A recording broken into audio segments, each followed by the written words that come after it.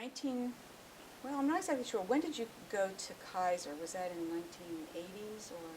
No. We went to Kaiser in 55 or 6, Oh, I think. okay. Quite early. Okay. So you were the Vice President of Public Relations and Advertising. Mm-hmm. And in 1981, there was a crisis resulting from the ABC magazine show 2020, claiming that the corporation, Kaiser Corporation, intentionally sold some unsafe house wiring. So, instantly put you in crisis mode. How did you handle that? Did the CEO seek you out and ask for your counsel? And how did you respond to this, the quote, trial by television? Well, that's ultimately what the exercise came to be known as, trial by television, and I'm happy to say that we gave it that name because that was the issue that we wanted to get exposed as we went through this entire exercise, and that was the issue of fairness. That is the ability of television to put you on trial and try you with and be the prosecutor, the defense attorney, the judge, and the jury without you having a chance to say anything except what they choose for you to say. So it was a tremendous amount of fun as we went through it. Seemed to last a long time. But what was the CEO's role? The show played on a Tuesday or a Thursday night about 10 o'clock. The CEO I was working for, one of the world's great CEOs, I think, and a great fellow, Cornell Meyer, had a habit of coming in to work every morning about 5:30, which meant that all the people who reported to him got to work about that time. So I was in my office early that next morning, still dark. Office is on a beautiful building looking out over Lake Merritt on one side and Oakland and out to the San Francisco Bay on the other. Sun's just coming up. It's a beautiful morning developing in Cornell. I'm in my office. Cornell walks into my office and says, "Did you see that show last night?" And I said, "Yes, sir." And he said, "We're not going to stand for that. What are you going to do about it?"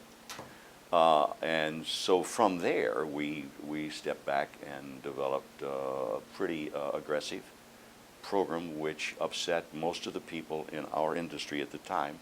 The theory at that point was that you don't pick fights with people who buy their ink by the barrel.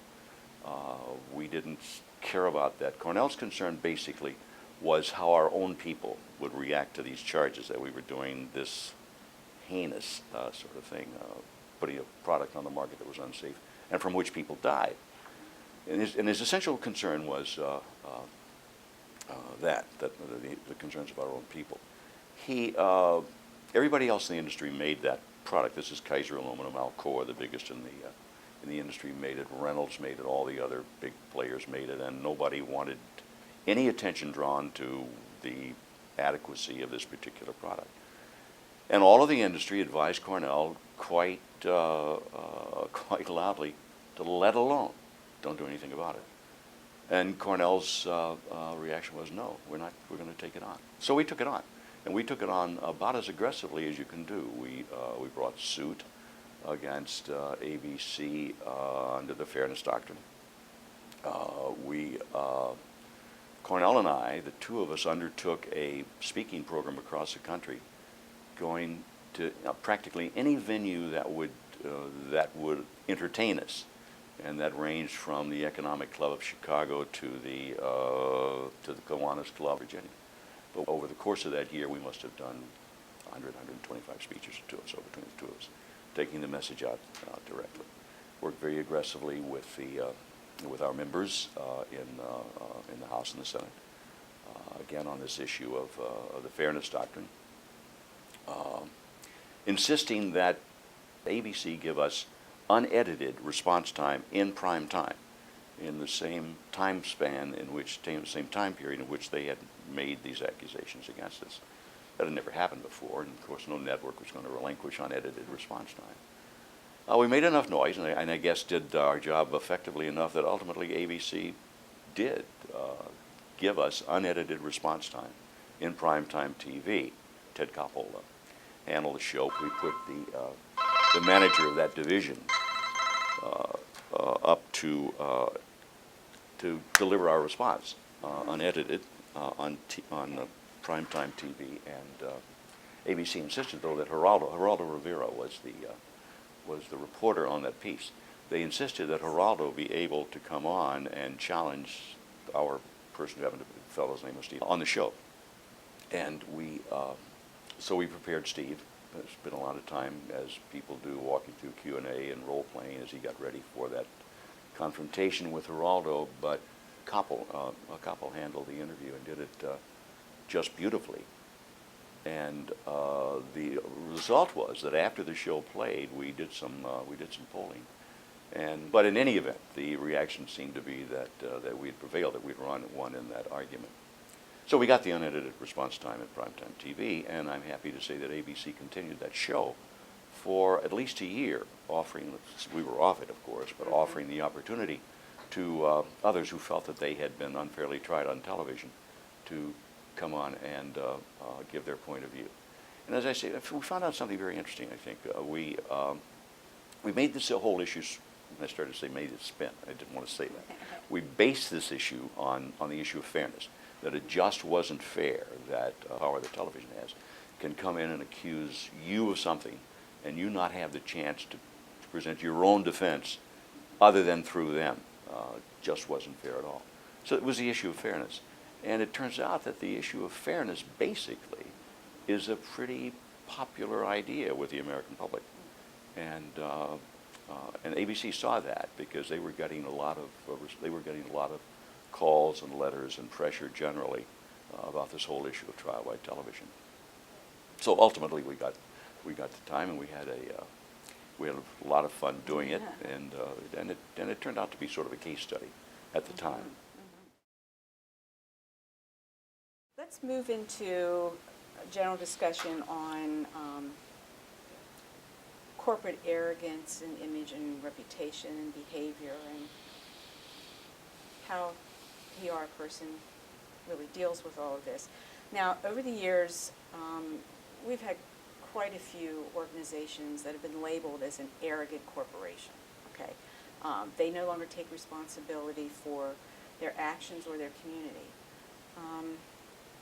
Can you talk a little bit about this, this arrogance and corporate social responsibility, and shed some light on how PR practitioners can protect the interests of their organization's stakeholders? Well, I have to say that I'm embarrassed by the performance of many of our best corporations over the past 5 or 10 years, and very embarrassed by the apparent greed of the most senior officers in the amount of recompense that they seem to attract, regardless of whether or not they've done the job well. And I think one of the things that drives the arrogance is greed. And I think that is a very, very bad circumstance. There was a time in this country, and maybe we're going to get back to it because we keep changing managers a lot. Early on in my career, we had managers like Irv Shapiro and Rich Jones, a couple of people that I worked for, Meyer for one, and others, who felt that a corporation had responsibilities that went beyond the bottom line, that you had a responsibility to try to provide jobs for people so that you'd have healthy communities and schools could be supported, that you had a responsibility to protect the quality of life in the communities in which you operated, that you didn't need to drive every last possible dollar of profit to the bottom line as rapidly as possible. And that's changed. I think the general management attitude now is drive every last possible dollar of profit to the bottom line as rapidly as we can. Now we'll get ours, and the next 10 or 15 or 20 years, that's something for somebody else to worry about. That disturbs me a lot, and I would like to see a different approach to that. Of course, the rewards are tremendous, as we all read and know, and I've, not to that extent, but I've benefited from that, and I'm maybe a little bit disingenuous by making this point. But that embarrasses me. Now, the arrogance, where does the arrogance come from? I think the arrogance comes from the fact that most senior corporate executives are insulated. They travel in a circle where all right-thinking people think the way they do. Their mantra is, we work for the shareholder, which means our job is to get all the money that we can, or all the profit that we can get. And I guess that's okay. I mean, I'm glad the stock prices are insulated. They don't understand. They've lost touch with what it's like to go to work every day and have to make car payments, a worry about whether or not you can get your kid through college, or whether or not you're going to have enough medical insurance to take care of your family. They've lost all touch with that, and they have almost no contact with it, which is where, in my opinion, the CPRO, the public relations officer, comes in. Because part of his job, very large part of his job, ought to be the reality check for the CEO. He ought to be in the senior management.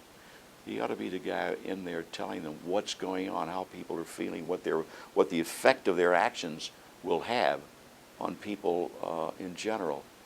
You may remember the story about the Roman emperors.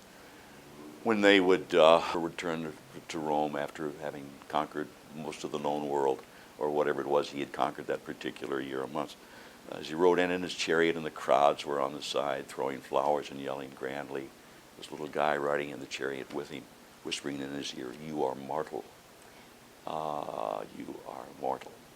And I think our CEOs, many of our senior managers lose that understanding that they are mortal.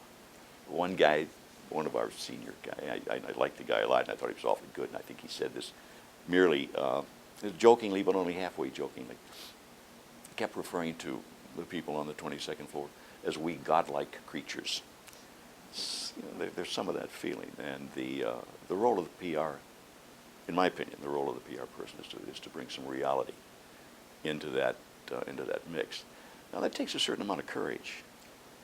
It takes a certain amount of courage, but it also takes a certain amount of intelligence.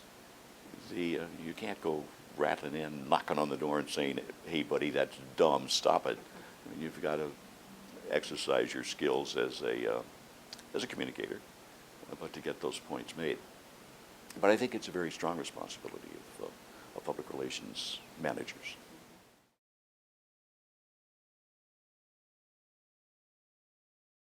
With numerous CEOs in your career, as the CPRO, as you said, the corporate or chief public relations officer, or as a private consultant.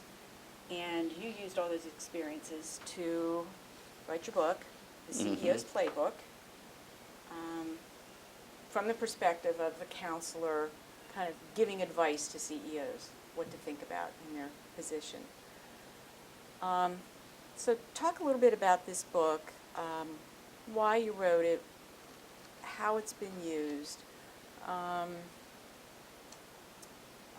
just, well, you've really talked about the duties of a PR practitioner, and you've talked about the importance of the relationship, but what has come about because of this playbook? Maybe something, but I can't imagine that anything of any real consequences come about as a result of it. I've got a lot of things off my chest in it, and it pretty well summarizes what I think this game is. I use the game imagery in a positive way, not that it's insubstantial, but that it's very, very important. It is a game. There are winners or losers. There are really important stakes. But it's used in college classes. Some CEOs have used it, and one or two have told me they thought it gave them some good ideas. But I think that's probably about the extent of the book. Although, as I say, it gave me an opportunity. You may notice if you've read it, and perhaps you haven't, and that wouldn't surprise me. There is a chapter in here that's intended to educate the CEO, to explain to him that public relations isn't a marketing function, that it is a CEO function. These are the things that ought to be part of that function, and it all ought to report to you, because the things that it gets done are so important to you that you can't afford to have amateurs do them. So that chapter, I hope, may have helped a little bit. But there are other things in there that are useful. This started as a series of memos to a young executive with whom I was working at the time, who was in line to be CEO. He was going to be CEO. And this started as a series of memos to him, explaining to him things that I thought he ought to know as he got ready for this job. One of which is that if you concentrate just on managing the company, you're going to lose, because a large part of your function is to manage all these outside forces that affect your ability to make a profit, which sort of speaks as well to the Page principles. The book makes specific reference to them, and I think Page was dead right and continues to be dead right in that all our companies operate at the pleasure of the publics they serve, and we had better serve them well. We had better look out for their interests, and we had better be responsive to them. And we need to operate in such a way that they will give us permission to operate profitably. I think that's true, and that means a couple of things, but shorthand, a lot of simple shorthand sort of things like try to do the right thing and tell the truth.